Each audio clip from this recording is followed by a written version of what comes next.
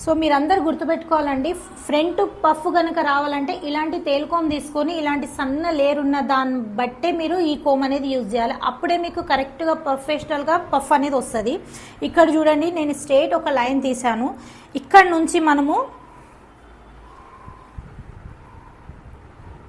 Year to year half అనేది తీసుకోవాలి మనము పఫ్ గురించి. అండ్ చాలామంది ఏం చేస్తారంటే ఇలా పట్టేసుకుంటారు, ఇలా పట్టకూడదు. ఓన్లీ 2 ఫింగర్స్ మాత్రంతోనే హెయిర్ని కంట్రోల్ చేయాలి. అండ్ కింది నుంచి మనం పఫ్ అనేది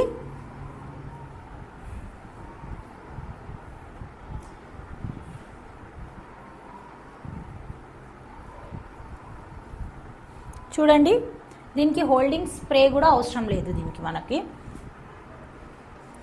దగ్గరికి రమ్మ.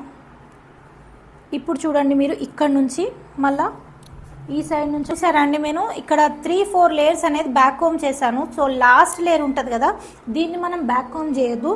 మనం ఏదైతే బ్యాక్ కోమ్ చేసామో దాన్ని అంతా కవర్ చేసే దాని గురించి మనము ఇది వదిలేయాలి. సో ఇదంతా కవరింగ్ అనేది అయిపోతుంది. చాలా ఈజీ అండి, ఫ్రంట్ పఫ్ వేయడం చాలా ఈజీ. కాకపోతే ప్రాక్టీస్ అనేది ఉండాలండి. నేను ఎప్పుడు ప్రతి ఒక్క వీడియోలో ఇదే చెప్తాను, బ్యూటీ కానీ మేకప్ కానీ విత్ హ్యాండ్స్ అండ్ ప్రాక్టీస్ ఉంటేనే అది ప్రొఫెషనల్గా కంప్లీట్ అవుతుంది మీకు. చూడండి, నాకైతే ఫ్రంట్ పఫ్ ఎంత ఈజీగా వచ్చిందో ఇక్కడ. సో ఈ పార్ట్ మనం చేసాం కదా, దీన్ని వదిలేయాలి మనం. మళ్ళీ ఇయర్ నుంచి సైడ్కి వచ్చేసి మనము డైరెక్షన్ కూడా ఇలాగే నిలబడాలి.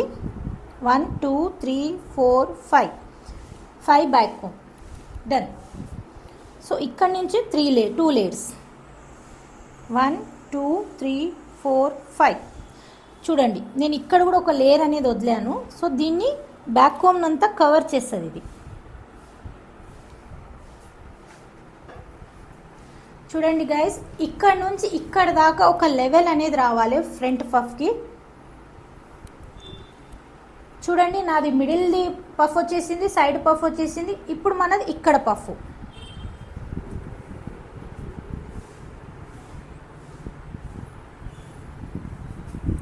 బ్యాక్ కోమ్కి చాలా థిక్ లేయర్